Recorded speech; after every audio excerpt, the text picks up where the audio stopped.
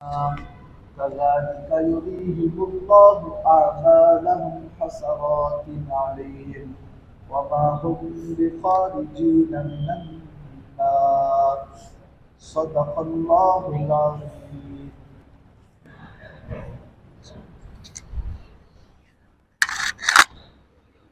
گزشتہ منگل جو ہے بتایا گیا تھا وَإِلَٰهُكُمْ إِلَٰهٌ وَاحِدٌ کہ تمہارا معبود صرف ایک معبود ہے، اس کے علاوہ کسی اور کی عبادت نہ کرو۔ یہ آیت نازل ہوئی تو مشرکین اعتراض کرنے لگے کہ یہ خدا کی کیسی عبادت کریں گے، کیا طاقت ہے، کون ہے اللہ، کیسی ہم اس کی عبادت کریں۔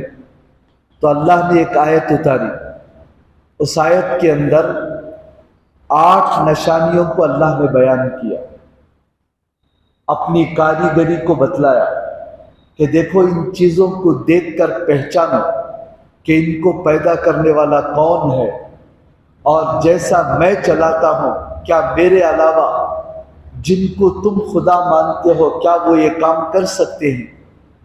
8 چیزوں کو اللہ نے بیان، ایک تو آسمان کے بارے میں بتایا، دوسرا زمین، اور تیسرا رات اور دن کا بدلنا، اور چوتھا کشتیوں کا سمندر میں پانی کو چیرتے ہوئے سامان لاد کر ایک جگہ سے دوسری جگہ جانا، اور 5واں بارش اترنا، اور 6واں اس بارش کے ذریعے سے مردہ زمین کو زندہ کرنا، اور 7واں مختلف جانوروں کا اللہ نے پیدا کرنا، اور 8واں ہوا اور بادلوں کا چلنا۔ ان کی تفسیر گزشتہ منگل ہو گئی ہے۔ ان 8 چیزوں کو اللہ نے بتایا کہ بتاؤ ان سب کو پیدا کرنے والا اور ان سب کا نظام چلانے والا کون ہے۔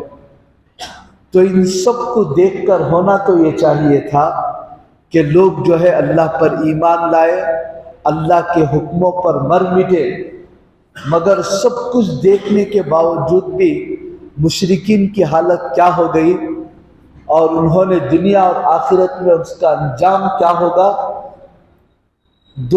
3 آیتوں کے اندر اللہ نے بیان کیا۔ وہ 3 آیتیں جو آج پڑھی گئی ہیں، اس کے اندر مشرکین کی دنیا اور آخرت میں کیا حالت ہوگی اس انجام کو بتایا گیا۔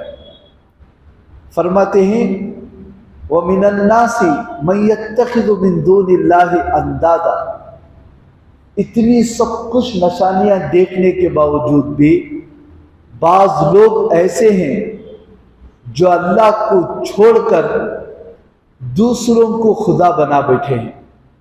یحبونہم کحب اللہ، ان سے ایسا محبت کرتے ہیں جیسے اللہ سے محبت کرنا چاہیے۔ مشرکین کیا کرتے تھے؟ ہاتھوں سے بنائے ہوئے بتوں کی اور ان کے جو سردار تھے ان کے اشارے کے اوپر جانوروں کو ذبح کرتے تھے، وہ جیسا طریقہ بتاتے تھے اس کے مطابق زندگیاں گزارتے تھے۔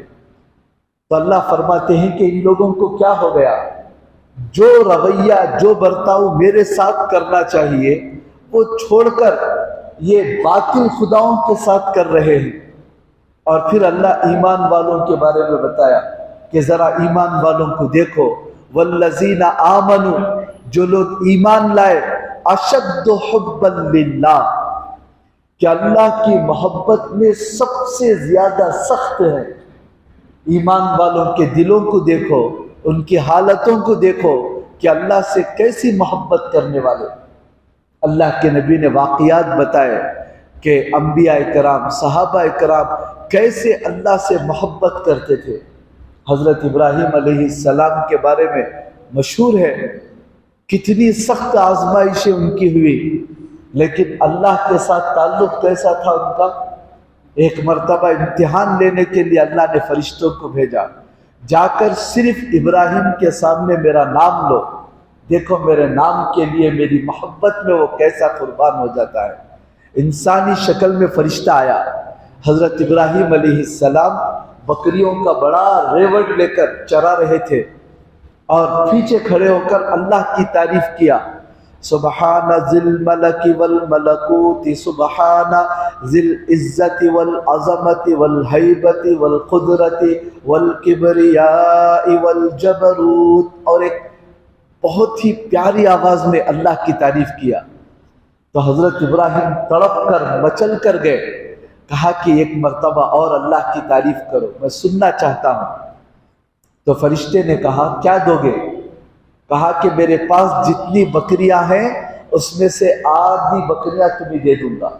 تو وہ فرشتہ پھر اللہ کی تعریف کیا، پھر مچل کر تڑپ گئے، پھر درخواست کرنے کے لیے ایک اور مرتبہ اللہ کا نام لو. فرشتہ پوچھا آپ کیا دو گے؟ جتنی باقی ہے وہ بھی دے دوں گا. تو صرف یہ ایک نام پر جتنی بکریاں تھے سب دے دیا. کوئی معمولی بات نہیں. ہم لوگ اپنے آپ کو رکھ کر سوچیں، یہ ایک بکری بھی کوئی آدمی قربان نہیں کرتا. یہاں صرف اللہ کا نام سننے کے لیے ساری کی ساری بکریاں دے دیا. اور پھر وہ محبت ختم نہیں ہوئی، آگ لگ گئی تھی دل میں. پھر تیسری مرتبہ درخواست کی، ایک اور مرتبہ اللہ کی تعریف کرو. فرشتے نے کہا کہ آپ کیا دو گے؟ تمہارے پاس تو کچھ بھی نہیں ہے. تو حضرت ابراہیم کہنے لگے اتنی بکریوں کو چرانے کے لیے کوئی کام والا تو تمہیں چاہیے. زندگی بھر میں ایک نوکر بن کر تمہارے پاس کام کروں گا، بس ایک مرتبہ اللہ کا نام لے لو. تو حضرت ابراہیم علیہ السلام کو فرشتے نے مبارکبادی دی. کہا کہ میں کوئی انسان نہیں ہوں، اللہ کا فرشتہ ہوں. اللہ نے بھیجا تھا ہم فرشتوں کو دیکھنے کے لیے. اللہ کو تو معلوم ہے ابراہیم کے دل میں کتنی محبت ہے، معلوم ہے. ہمیں بتانے کے لیے دیکھ ابراہیم ایک بندہ، اس کے ساتھ خواہشات لگے ہوئے ہیں، ضرورتیں لگے ہوئے ہیں، لیکن میرے نام کی محبت کتنی ہے، میرے لیے کیسی قربانیاں دیتا ہے. فرشتوں کو دکھانے کے لیے اللہ نے ان کا امتحان لیا. ہمارے نبی صلی اللہ علیہ وسلم کی بھی اتنی محبت تھی اللہ سے دعا کی. کیا دعا؟ کتنی پیاری دعا ہمارے نبی نے مانگی. اللہم انی اسألک حبک، اے اللہ میں تجھ سے تیری محبت مانگتا ہوں. وحب من یحبک، اور جو لوگ تجھ سے محبت کرتے ہیں ان کی بھی محبت مانگتا ہوں. وحب عمل یقربنی الی حبک، اور ایسے اعمال کی محبت بھی میں تجھ سے مانگتا ہوں جن کو کرنے سے تیری محبت پیدا ہو جاتی ہے. اور پھر آخر میں دعا کر رہے ہیں وَجَعَلْ حُبَّكَ أَحَبَّ إِلَيَّ مِن نَفْسِي وَأَهْلِي وَمِنَ الْمَاءِ الْبَارِدِ. اے اللہ تیری محبت اتنی میرے دل کے اندر پیدا کر دے کہ تیری محبت میری جان سے زیادہ، میرے بیوی بچوں سے زیادہ، یہاں تک کہ سخت گرمی میں ٹھنڈے پانی سے زیادہ تیری محبت میرے دل میں بیٹھ جائے. کیونکہ محبت جو ہے آدمی کو اطاعت پر ابھارتی ہے. کسی آدمی کو اپنی بیوی سے محبت ہو گئی تو پھر اسے سمجھانے کی ضرورت نہیں پڑتی کہ بھائی تجھے بیوی سے محبت ہے، بیوی کی خواہش کو پورا کرنا پڑے گا، بیوی کو یہ چیزیں لے کر جانا پڑے گا. بتانے کی ضرورت نہیں. باپ کو بتانے کی ضرورت نہیں کہ دیکھو محبت کے آداب ہوتے ہیں، اولاد سے تمہیں محبت ہے تو یہ دلانا ہے، ایسا کرنا ہے. بتانے کی ضرورت نہیں. وہ خود محبت خود سکھا دیتی ہے آداب محبت کو. جس سے محبت کرتے ہیں اس کے ساتھ کیا برتاؤ کرنا چاہیے وہ آمدہ کر دیتی ہے محبت. تو اللہ کے نبی بھی، تمام انبیاء بھی اللہ کی محبت کو مانگتے تھے، کیونکہ وہ محبت جو ہے اللہ کی اطاعت پر انسان کو کھڑا کرتی ہے. تو اللہ اس آیت میں یہی کہتا ہے اے مشرکو، اے کافروں، مجھے چھوڑ کر تم جن کو خدا بنا لیے ہو، ارے ذرا ایمان والوں کو دیکھو، ان کے دل میں میری محبت کیسی ہے. حضرت عبداللہ بن جحش رضی اللہ عنہ اور حضرت سعد بن ابی وقاص رضی اللہ عنہ دونوں صحابی ہیں. احد کی جنگ کے وقت میں مدینہ منورہ میں کل احد کی جنگ کو جانا ہے، تو دونوں مل کر آپس میں بات کر رہے ہیں رات کے وقت میں. کل اللہ کے راستے میں جانا ہے، اللہ کے راستے میں نکلنے والوں کی دعائیں قبول نہیں ہوتی، چلو تم اور میں دونوں مل کر دعا مانگیں گے. ٹھیک ہے. دونوں ایک کونے میں بیٹھ گئے اور ہاتھ اٹھا کر دعا مانگی. حضرت سعد بن ابی وقاص رضی اللہ عنہ، اے اللہ کل احد کا میدان ہے، جنگ لڑنے جانا ہے، اے اللہ کل میں جنگ لڑنے کے لیے جاؤں تو کسی بہادر کے ساتھ میرا مقابلہ کر دے، میں اس سے لڑوں وہ مجھ سے لڑے اور خوب مقابلہ ہو، اور آخر میں مجھے اس کے اوپر غلبہ دیتے، میں اسے قتل کر دوں اور پھر مال غنیمت حاصل کر لوں۔ یہ دعا انہوں نے کی۔ حضرت عبداللہ بن جہش رضی اللہ عنہ انہوں نے آمین کہا، پھر کہا کہ اب تم دعا مانگو، میں آمین کہوں گا۔ اب ہاتھ اٹھا کر دعا مانگی، اے اللہ کل احد کا میدان ہے، کسی سخت دشمن کے ساتھ میرا مقابلہ کرا، ہم دونوں لڑیں گے تو اس دشمن کو میرے اوپر غلبہ دے دے، وہ دشمن مجھے شہید کر دے اور میرا پیٹ پھاڑ دے اور میری ناک کاٹ دے، میری کان کاٹ دے، اور قیامت کے دن اسی حالت میں تو مجھے کھڑا کر اور تو مجھے سوال کرے کہ عبداللہ بن جہش یہ تیرے ناک اور کان اور تیرا یہ پیٹ کیا ہو گیا، تو میں کہوں اے اللہ تیری محبت کے لیے، تیرے لیے میں نے سب کچھ کاٹ کر قربان کر دیا۔ تو حضرت سعد بن ابی وقاص کہتے ہیں میں نے دیکھا عبداللہ بن جہش نے جیسی دعا کی تھی ویسے ہی ان کے ساتھ ہوا، ان کا پیٹ پھاڑ دیا گیا، کان کاٹ دیا گیا، ناک کاٹ دیا گیا، اور کہتے تھے میں نے جو دعا کی اس سے بھی بہتر دعا عبداللہ بن جہش کی تھی، اللہ کے لیے کیسی اللہ کی محبت میں اپنے آپ کو قربان کر دیا۔ تو اللہ جو ہے ایمان والوں کی مثال دے کر ان کافروں اور مشرکوں کو کہتا ہے دیکھو یہ لوگوں کے دلوں میں کیسی محبت ہے اللہ کی، اور تم جیسی محبت مجھ سے کرنا چاہیے اس کو چھوڑ کر ان معبودوں کی، اور تمہارے سردار جیسا کہتے ہیں ان سے تو محبت کرتے ہو۔ حالانکہ ان کافروں کی حالت کیا ہے جو مشرکین کی کبھی کشتی میں بیٹھ کر جاتے اور کبھی طوفان آ جاتا تو اپنے خداؤں کو چھوڑ کر اللہ کو پکارتے تھے، اے اللہ بچا لے، اگر تو بچا لے گا تو ہم جانے کے بعد پھر ایسا غلط کام نہیں کریں گے۔ اللہ فرماتا ہے اتنا سب کچھ معلوم ہونے کے باوجود بھی میرا اتنا دردناک عذاب ہے، معلوم ہونے کے باوجود بھی تم مجھے چھوڑ کر ان سے محبت کرتے ہو۔ اور پھر آگے کی آیت میں انہی مشرکین اور کافروں کا آخرت میں کیا حشر ہوگا، جن لوگوں کو یہ پوچھتے تھے، جن کے پیچھے چلتے تھے، یہ سب قیامت کے میدان میں وہاں عذاب جب دیکھیں گے تو ان سے بیزار ہو کر الگ ہو جائیں گے، اور یہ دوڑے دوڑے ان کے پاس بھاگیں گے، ارے ہم تو تم جیسا کہتے تھے ویسے عمل کرنے والے، ہم تو تمہارے فرما بردار ہیں، ہم تمہارے کہنے کی وجہ سے شرک کرتے تھے، بتوں کی پوجا کرتے تھے، آج ہمارا ساتھ دو۔ تو وہ جتنے بڑے بڑے لوگ تھے جنہوں نے ان کو گمراہ کیا وہ سب کہیں گے ہم نے کب کہا تھا تمہیں کہ اللہ کے ساتھ شرک کرنے کو، تم نے خود شرک کیا تھا، کیا تمہیں عقل نہیں تھی؟ لوگ دوڑ کر شیطان کے پاس جائیں گے تو شیطان بھی کہے گا ان اللہ وعدکم وعد الحق ووعدتکم فاخلفتکم، ارے اللہ کا کتنا پکا وعدہ تھا، اس کی بات کو چھوڑ کر تم نے میری بات کیوں مانی؟ اب بھگتو، فذوقوا بما کنتم تکسبون، جو کچھ کیے دنیا میں اب اس کا عذاب بھگتو۔ فرشتوں کو تو جب ان مشرکین کو یہ کہا جائے گا تو اس کے بعد یہ مشرک لوگ کہیں گے استبرأ الذین اتبعوا من الذین اتبعوا، بیزار ہو جائیں گے وہ لوگ جن کی پیروی کی گئی ان لوگوں سے جنہوں نے پیروی کی تھے، ورأوا العذاب، اور عذاب کو دیکھیں گے، وتقطعت بہم الاسباب، تو ان کے آپس کے تعلقات سب کے سب کٹ جائیں گے۔ دنیا میں بہت ساتھ دیتے تھے لیکن وہاں یہ سب بڑے بڑے لوگ ہٹ جائیں گے وہاں سے۔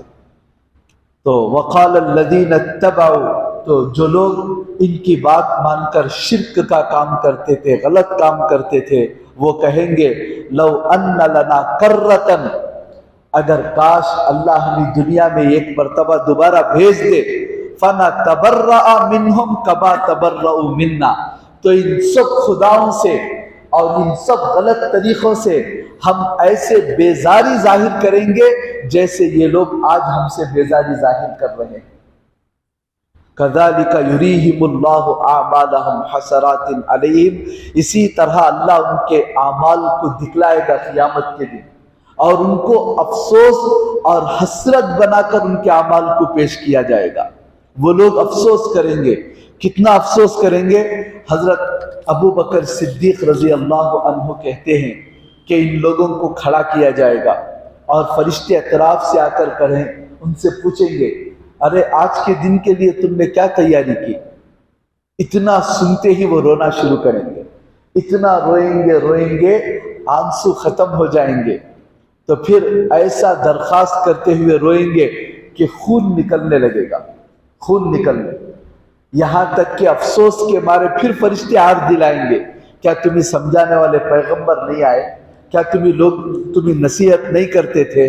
تو وہ افسوس کے مارے اپنے ہاتھوں کو منہ میں رکھ کر چبائیں گے، یہاں تک چبائیں گے، چاپ کر افسوس کرتے رہیں گے۔ تو فرشتے ان کو ایک ایک منظر یاد دلائیں گے، کیا تمہیں بتانے والے نہیں آئے، سمجھانے والے نہیں آئے؟ اب جہنم میں جانا پڑے گا، وہاں ایسا عذاب ہے، اتنا آر دلائیں گے۔ حدیث پاک میں آتا ہے کہ ان کی آنکھ نکل کر یہاں رخسار پر آ جائے گی، اور اس وقت جہنمی لوگوں کو اللہ بڑا کریں گے۔ کتنا بڑا؟ ایک ایک دار جو ہے احد کے پہاڑ کے برابر ہوگا۔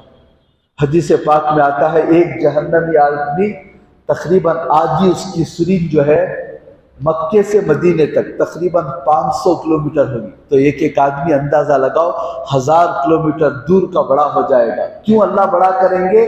عذاب زیادہ دکھ دینے والا عذاب کے لیے اللہ اسے بڑا کر دیں گے۔ جہنم بہت بڑی ہے، تو اس میں بہت بڑی جہنم میں جلنے کے لیے انسانوں کو بھی اللہ بڑا کریں گے۔ کتنی بڑی ہے؟ ایک پتھر ڈال دو تو نیچے جانے کے لیے 70 سال لگیں گے، تو اتنی بڑی جہنم میں لوگوں کو عذاب دینے کے لیے بھی اللہ بڑا کر دے گا۔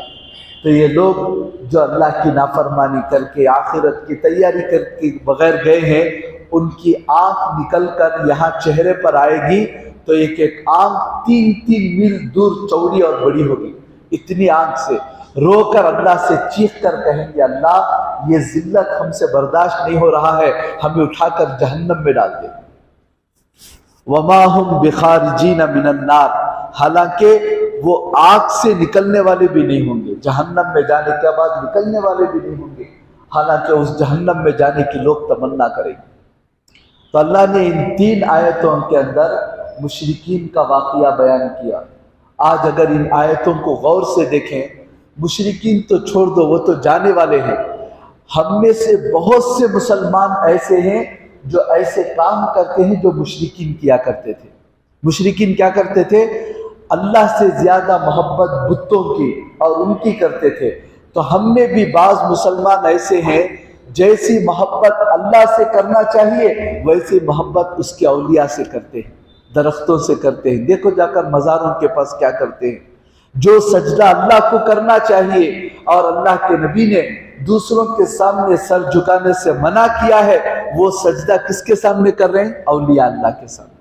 وہاں جا کر چادریں چڑھاتے ہیں، ان سے جا کر منتیں مانگتے ہیں۔ اللہ ان کو بھی کہہ رہا ہے یحبونہم کحب اللہ، ارے تم ایسے لوگوں سے محبت کرتے ہو اور اتنی محبت ان لوگوں سے کرتے ہو جو مجھ سے کرنا چاہیے، مجھ سے مانگنا چاہیے، مجھ سے جھکنا چاہیے، ان کو چھوڑ کر دوسروں کے سامنے جھکتے ہیں۔ تو ان شرک کرنے والوں کا عذاب بھی یہی ہوگا قیامت کے دن۔ اور وہ اولیاء اکرام کہیں گے، اے اللہ ہم نے ان سے کبھی نہیں کہا تھا کہ ہمارے دربار میں آ کر جھکو، یہ خود آ گئے۔ عیسیٰ علیہ السلام کو خود اللہ، یہ جو جتنے نصارہ ہیں ان کو اٹھا کر پوچھیں گے، اے عیسیٰ کیا تو نے اور تیری ماں نے کہا تھا ان لوگوں کو کہ وہ تجھے خدا بنائے؟ تو صاف کہہ دیں گے، اے اللہ تو جانتا ہے میں نے کبھی بھی نہیں کہا تھا، انہوں نے خود مجھے خدا بنا لیا۔ وہ ہٹ جائیں گے۔ اور اسی طرح یہ اولیاء کرام بھی کسی نے نہیں کہا تھا کہ آ کر میری مزار پر سجدہ کرو، یہ قیامت کے دن اسی طرح کہیں گے، ہم نے کب کہا تھا تم نے خود ہمیں بنا لیا تھا معبود، ہم نے تو بس ایک اللہ کی دعوت دی تھی، تم نے اللہ کو چھوڑ کر ہمارا دامن کیوں پکڑا؟ اب چکو اس کا مزہ، وہاں جا کر یہ بھی ہم سے الگ ہو جائیں گے۔ اس لیے یہ شرک سے اور محبت دوسروں سے کرنے سے بچنا چاہیے۔ ہمارے یہاں مقام ہے پہلے اللہ کا، بعد میں نبی کا، بعد میں صحابہ کا، پھر تابعین، پھر تبع تابعین، پھر اولیاء کرام۔ اولیاء کا مقام نبی تک نہیں پہنچانا ہے، تابعین کا مقام صحابہ تک نہیں پہنچانا ہے. صحابی کو نبی نہیں بنا سکتے اور نبی کو خدا نہیں بنا سکتے. ہر ایک کا مقام الگ، ان سے محبت کرنے کا طریقہ الگ، ان کا ادب الگ. جو ادب، جو عبادت، جو طریقہ اللہ کو کرتے ہیں وہ نبی کو نہیں کر سکتے. جتنی محبت نبی کو کرتے ہیں پھر وہ صحابہ کو نہیں کر. صحابہ کر سکتے ہیں لیکن نبی کی جیسی اطاعت ہے ویسے عام اولیاء کی نہیں ہے. تو ایک مقام ہے شریعت کے اندر بتایا گیا، اس سے تجاوز کریں گے پھر خطرے کی گھنٹی میں پڑیں گے. اللہ ہم سب کو